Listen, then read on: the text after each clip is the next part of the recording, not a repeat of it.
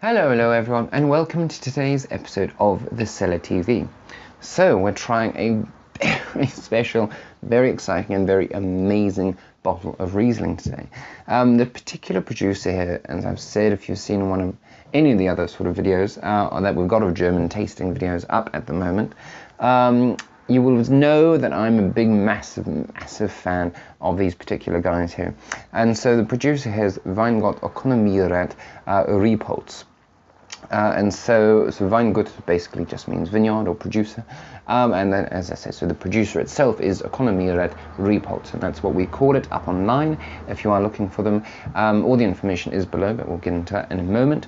And so this particular wine is their Riesling Trocken from their the Grosslagen vineyard, which is why we've got GG up here, so Grossgewach, so basically that's great growth or first growth, essentially. So the best of the best vineyard, and the particular vineyard here is the, as you can see here, the Sonnenschein. So anyway, here's a little close-up for you. So it's the Sonnenschein vineyard, and that is, as I say, one of their top vineyards in the particular region where they are, which is in the Pfalz. And also this is the 2014 vintage, so it is quite young, especially for a wine of this sort of caliber. It is one of the best Rieslings produced in Germany to date. In all honesty, it is one of the absolute top in the world as far as Riesling is concerned, not just German Rieslings, but Riesling, period. As well, not just as far as I'm concerned, but pretty much anyone who's got any sort of dignity and expertise in the wine world. This is absolutely stunning. We are selling this for around $100 a bottle. So it is one of the more expensive wines that we've got up online, but then again, you don't get this sort of quality every day. you just don't. Absolutely fantastic, and as I said, this is going to age for decades to come, and I'm already put a couple of bottles aside. In all honesty, I've already put a couple of bottles aside for myself to see how this is going to be aging in the next 20 years, 30 years perhaps. It'll be interesting to see what this is looking like on my sort of 50th, 60th, and 70th, perhaps. Anyway, so on the nose, let's give a little sniff. So initially, I did give this a quick sniff before we shot this video, or before we started filming, I should say, and it was a tad lean, but I do say it is opening up quite a bit.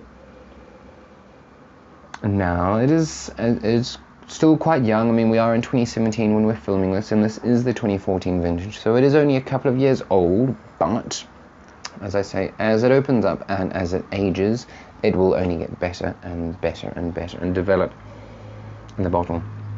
Anyway, so it is opening up quite a bit now, so we are getting quite a bit of sort of those green apples, a bit of that sort of lime curd, a little bit of that sort of almost pink grapefruit, that sort of really juicy, rich grapefruit juice. Absolutely lovely. It's rich, it's exciting. There's stone fruit in here. I mean, there's a beautiful sort of yellow peach characteristics coming through as well, which is just delightful. And as it opens up even more, I'm getting a little bit of those sort of tangelo, those sort of fleshy, orangey sort of fruit flavors as well. This is delicious. All right, let's give it a little taste.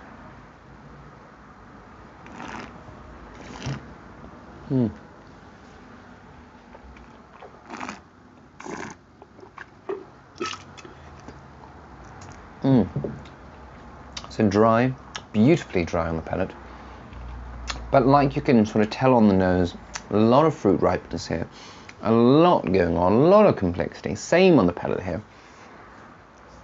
It's juicy, it's rich, it's just, I mean, boisterous. Boisterous has never been a better word to use as a taste note than right now.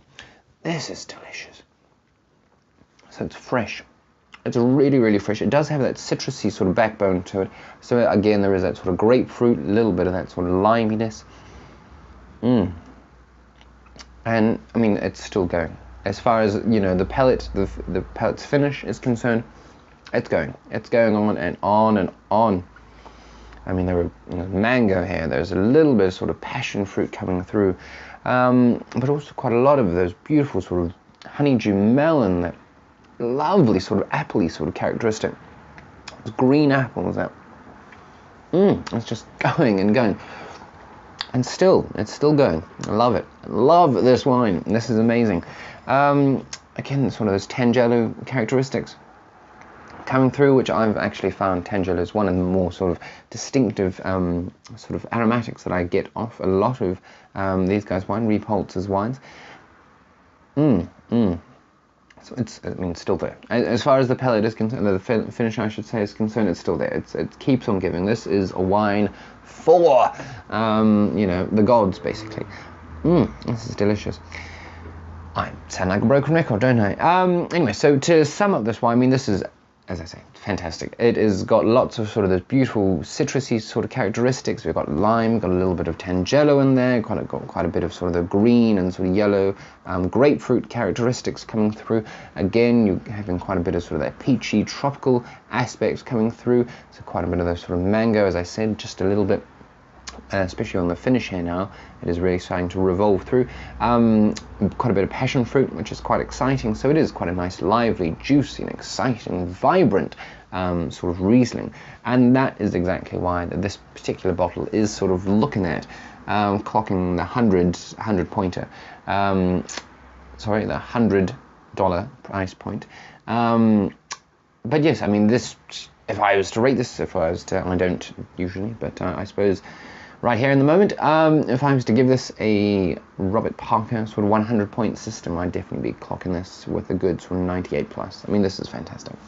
Absolutely fantastic. So as I say, all the information is below. If you are wanting to learn a little bit more about Okonomierat Rebholz as a producer, we have got quite a bit of information online for you.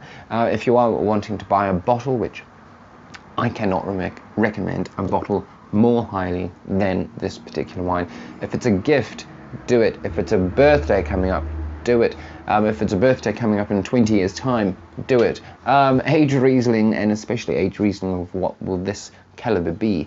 Well, this caliber already is. It's only going to get better, right? So it's only going to get better and better and better with the years to come. So surprise someone by. And of course, as well, I do say this to people. I mean, if you're not moving around too much or whatever, if you've got a space to keep wine, it actually makes quite a great, unique gift and an interesting gift, and a much cheaper gift to do it this way around. Buying this wine now at $100 a bottle, then in 10 years' time trying to find an aged bottle of German Riesling to give to a friend for a birthday present, a wedding present, whatever. You try to do that in 10 years' time, instead of paying $100 a bottle, you're going to be paying, $300, $400 a bottle. So, I mean, it makes sense, and it's only going to get better. So, it just, economically, it makes a whole lot more sense, as far as I'm concerned.